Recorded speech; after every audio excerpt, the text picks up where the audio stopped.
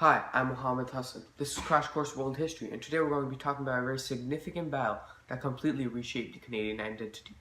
During the First World War, there were many battles in which Canadians participated in, like the Somme, Passchendaele, and Ypres, but none of them were like the Battle of Vimy Ridge.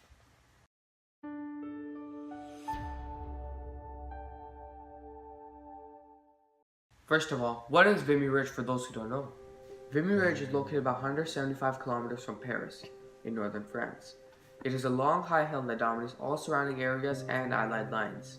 Early in the war in 1914, Germany had captured the ridge and altered it into a very heavily armed defensive position with an intricate system of underground tunnels and trenches held down by highly trained soldiers with machine guns. There were many assaults by France and Britain, but were all very unsuccessful and led to over hundreds of thousands of casualties. So later in the war in 1916, Canadian troops were appointed to seize Vimy Ridge and lead the attack. This was the first time ever that all four divisions of the Canadian Corps fought together, and is one of the reasons why this battle is so important to Canada. Lieutenant General Julian Byng was the leader and planned the attack very carefully alongside the Governor General of Canada. The preparations for the assault were very long and exhausting and were somewhat divided into three parts. The first is that the Canadian troops spent all winter fortifying the lines, preparing for the attack and training rigorously for battle until Byng decided they were ready. They also rebuilt a full-scale model of the battlefield, drilled on what they were supposed to do, and used aerial maps to gather intel on German position and defenses. The second step, which was another very important prerequisite for the battle, was the mining operations executed by sappers who dug underneath the German lines to stockpile explosives that were detonated when the attack began, and develop tunnels to secretly move troops closer. Finally, the last step of preparation was to soften enemy defenses for the attack. For more than a month, the Allies made a massive and prolonged artillery barrage on the Germans. On Easter Monday, April 9, 1917 at 5:30, the Canadian troops mobilized and the battle began.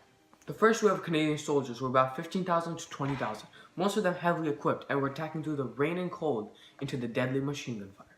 The Canadians advanced behind a tactic called the creeping barrage, in which a line of 850 cannons fired every minute and then aimed higher to hit further, which allowed to create a curtain of firepower to protect troops from machine guns and snipers. Soldiers had to advance 50 meters after each set of cannons and had to closely follow the line of explosives. 2 hours after the beginning, the Canadian Corps had taken over their first objective, which was the most heavily defended area. On the morning of April 10th, Hill 145, the highest point of the ridge, was captured. Lastly, 2 days later, on April 12th, the Canadians had taken over the Pimple and the Battle of Vimy Ridge came to an end. Now, to answer the question you've all been waiting for, why was this battle so significant to Canadian identity compared to the others? There are actually four major reasons why.